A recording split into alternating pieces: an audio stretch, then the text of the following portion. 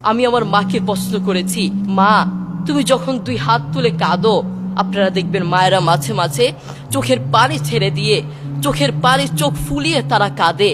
আমি আমার মাকে প্রশ্ন করেছি, মা তুমি যখন দোয়া করো তখন তুমি বলো তুমি সবার আগে কার জন্য দোয়া করো? সেই মা কি বললেন জানেন? সেই মা কি উত্তর দিলেন জানেন? আরে বাপ, তুই জানতে চাস আমি যখন দোয়া করি, আমি যখন দুই হাত তুলে দোয়া করি, আমি আমার রোগের কথা ভুলে যাই, আমি আমার সমস্যার কথা ভুলে যাই, আমি সবার কথা ভুলে গিয়ে আমি যখন দোয়া করি আগে তোর জন্য দোয়া করি, আমার সন্তানের জন্য দোয়া করি। আল্লাহু আকবার। মোহাম্মদ সাল্লাল্লাহু আলাইহি ওয়াসাল্লাম একবার ওমর রাদিয়াল্লাহু তাআলা আনহুকে ডেকে বললেন, শোনো ওমর, হজ করতে ওয়াইস কারনী নামক একজন ব্যক্তি আসবে, তুমি তার কাছে দোয়া চেও, তার কাছে দোয়া চাইলে দোয়া কবুল হয়ে যায়।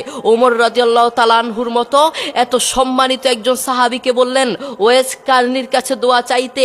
তার কারণ কি জানেন? তার কারণ হচ্ছে ওয়াইস কারনী মায়ের খেদমত করতে করতে, মাকে সম্মান করতে করতে, মায়ের দোয়া নিতে নিতে এমন পর্যায়ে চলে গেছে আল্লাহ দুনিয়াতেই তাকে সম্মান দান করেছেন। আল্লাহু আকবার। দেখেছেন, এরপরেও কেন আমাদের মায়ের প্রতি ভালোবাসা নেই? একদিন আব্দুল্লাহ ইবনে ওমর রাদিয়াল্লাহু তাআলা আনহু কাবার পাশে দাঁড়িয়েছিলেন। তিনি দেখলেন একজন যুবক তার মাকে কাঁধে করে করে তাওয়াফ করাচ্ছে। আব্দুল্লাহ ইবনে ওমর রাদিয়াল্লাহু তাআলা আনহু তার দিকে তাকিয়ে থাকলেন। এরপর যুবকটি আব্দুল্লাহ ইবনে ওমর রাদিয়াল্লাহু তাআলা আনহুর কাছে এসে বললেন, আমি কয়েকটা বছর এভাবে আমি আমার মাকে কাঁধে করে বেড়াই, আমি আমার মাকে বাথরুমে নিয়ে যাই কাঁধে করে, আমি আমার মাকে খাওয়াতে নিয়ে যাই কাঁধে করে, প্রত্যেকটা জায়গায় আমি আমার মাকে এভাবে কাঁধে করে নিয়ে যাই। আপনি বলুন, আপনার কাছে আমার প্রশ্ন, আমি কি আমার মায়ের হক আদায় করতে পেরেছি? আমি কি আমার মায়ের হক আদায় করতে পেরেছি? আব্দুল্লাহ ইবনে ওমর রাদিয়াল্লাহু তাআলা আনহু কি বললেন জানেন? তোমার মা তোমাকে জন্ম দেওয়ার সময় কয়েক হাজার কষ্টের নিঃশ্বাস ছেড়েছে।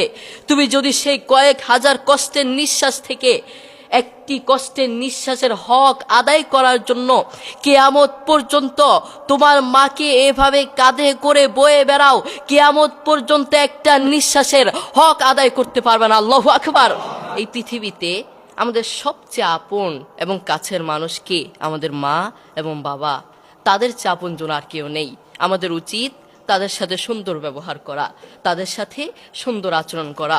বন্ধু, আমি তোমাকে বলতে চাই, সব সময় মায়ের পাশে থাকার চেষ্টা করবা, মায়ের খেদমত করার চেষ্টা করবা, মাকে সহযোগিতা করার চেষ্টা করবা। কখনো একটা কাজ করবা না, সেই কাজটা কি? সেই কাজটা হচ্ছে কখনো মায়ের বদদোয়া নেওয়ার চেষ্টা করবা না। বন্ধু মনে রেখো, দোস্ত মনে রেখো, মায়ের বদদোয়া নিয়েছো মানে তোমার পুরো লাইফ নষ্ট হয়ে যাবে, পুরো জীবন নষ্ট হয়ে